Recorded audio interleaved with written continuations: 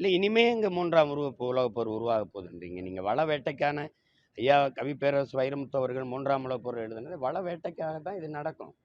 அது நீருக்காக நடக்கும்ங்கிறத நம்ம எதிர்பார்ப்பு. இப்ப எண்ணெய்க்காக நடக்குது. அது சூழியல் போராளி வங்காரி மாத்தாய் நம்ம தாய் என்ன சொல்றா? உலகெங்கும் போர் என்பதே வள வேட்டைக்காக நடந்ததாண்டா. எல்லை விரிவாக்கம், நில விரிவாக்கத்துக்கு நடந்தது. அது வள வேட்டைக்கு. நீங்க ஆலிவர் ஹெம்பர் எழுதின நீங்க பிரிட்டிஷ் உளவாளியின் வாக்குமூலம் படிச்சீங்கன்னா, அது தெரியும். சின்ன புத்தகம் தான்.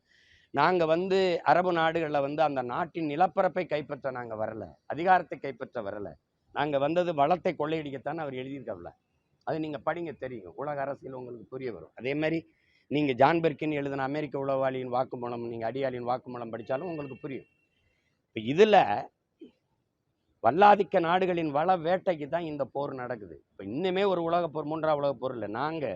நான் என்னுடைய இனம் 3ஆம் உலகப் போரை எதிர்கொண்ட ஒரு இனம். எங்களுடைய தலைவன், எங்களுடைய தமிழின விடுதலைக்காக எங்களுடைய தலைவன் கட்டி எழுப்பிய தமிழீழ தேசிய இராணுவம், விடுதலை புலிகள் என்ற இராணுவத்தை வீழ்த்துவதற்கு 22 நாடுகளின் துணை கொண்டுதான் நாங்கள் இறுதிப் போரில் விடுதலை புலிகளை வீழ்த்தினோம்னு அந்த நாட்டினுடைய இராணுவ அமைச்சர் கோத்தபாய ராஜபக்சேயும் அதிபர் ராஜபக்சேயும் பேட்டியில சொன்னது இருக்குது.